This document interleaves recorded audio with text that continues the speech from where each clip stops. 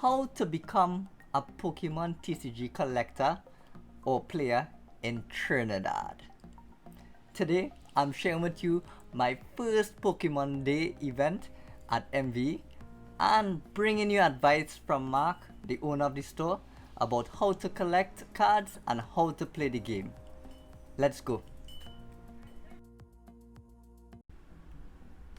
Hey, it's your boy AATT POGO. On this channel, I bring you Pokemon Go and now Pokemon TCG content. If you are new here, make sure and click the subscribe button, and everything mentioned in this video can be found in the description box below. Ever so often, MV at Mid-Center Mall Chaguanas hosts Pokemon events. And these events do a lot to grow interest in the game, and boy am I glad that they do. I had a lot of fun, so I thought I'd share my experience and the advice that I got from the host with you. For those of you who saw my last video, you'd know that it's been only about 2 weeks since I put together my first Pokemon TCG deck.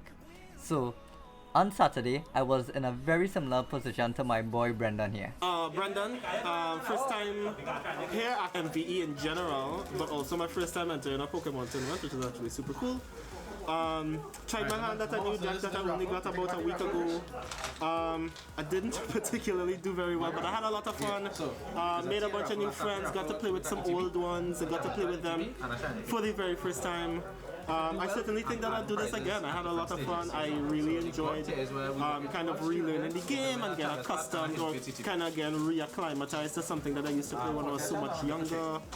Yeah, it was a good vibe, and I certainly think not only will I do it again, but I think that a lot of people, if you've ever been into Pokemon TCG, if you've ever been curious, if you ever walked past MV and wonder what it does do here on a Saturday afternoon, you should certainly stop by. I think it's a good vibe, and the people here are really like fun and warm and inviting. I had a good one. Yeah, I had a lot of fun too, but I didn't have a lot of experience playing.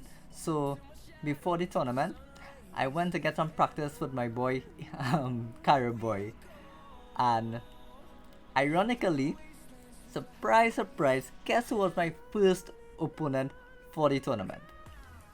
Rashad and Kanhai! Rashad and Kanhai! Simeon and Lalan! And well, I finished with 1 win, 2 draws, and 2 losses. And the funny thing is, the only win I have is against him. And the only loss I have is like, are you coming as a team, right? Me go lie, I haven't had this much fun in a long time. So, what is MVE's Pokemon Day all about? Let's hear what Mark has to say about it.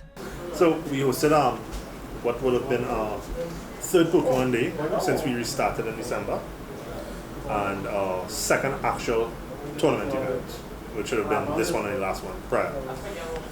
Today we had 23 people in total, which was really good.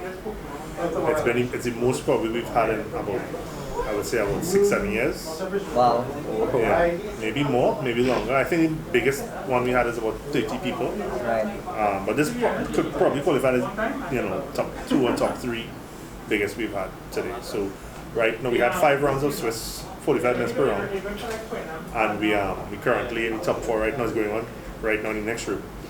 And yeah, it was great, a great turnout, great event, a lot of good vibes, a lot of people trading, having fun. It was overall a really great day.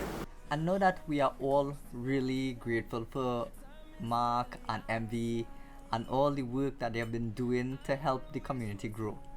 And I'm even more grateful for the advice he's about to give us in relation to how to collect Pokemon TCG cards as a collector and how to collect or buy cards as a player.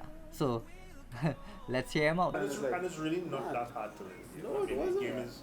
Gameplay is relatively simple. I mean, obviously it becomes a lot more difficult when deck building, but understanding the basics of the game. Yeah. Understanding the basics of the game is very simple. Yeah. But I think it's difficult for people who are collecting the game to also play the game. Yes. Because as a collector, you buy selectively. I know you champion that with everybody. That's why you encourage people to play the game. Yeah. So as a collector, I mean, it's up to the person on what they want to do. Yeah. But generally when you're buying product to collect, you buy certain products. Right. But like for example, a good example is Shining Fates and Battle Styles, which is coming out, in March, April. Right. Shining Fates is both collector, well, it's mostly collectors, but it has a lot of competitive cards in it. Right. Right, we were trying to have a conversation. So that's going to benefit a lot of people who both collect and play. Right. But Battle Styles, I'm not too sure about the collectible cards. I'm sure it does have, but it's generally a net set. Yeah. A competitive set. And that, if I had to like choose from the two, me kind of dabbling both in playing and collecting. Yeah. I'm excited about Shiny Fates, but when I see Battle Styles and I see things that I enjoy battling with and so on, she like Urshifu, Yeah. I had to make that Urshifu whatever it is. And the thing about it is, there's a lot of new cards. There's a new way of playing also. And that whole Battle Battle Styles thing Styles, might yeah. shake up the game Yeah. when they come in. So I think that's going to have a lot of interest in the game. So, but as I was saying, I tell a lot of people when they come into the game, it's hard to do both. I mean, obviously, if your budget will allow it, fine. But it's generally hard for the average person to do both. Collect and play. So you really have to make that decision early on. Yeah. But I mean, there's nothing wrong with collecting first and then deciding you want to play, or vice versa. I mean, that really depends on you. Thanks for watching. I hope that this video was useful. Remember to subscribe if you are new, and look out for the TCGO code cards giveaway when we reach 100 subscribers. And well, see you next week.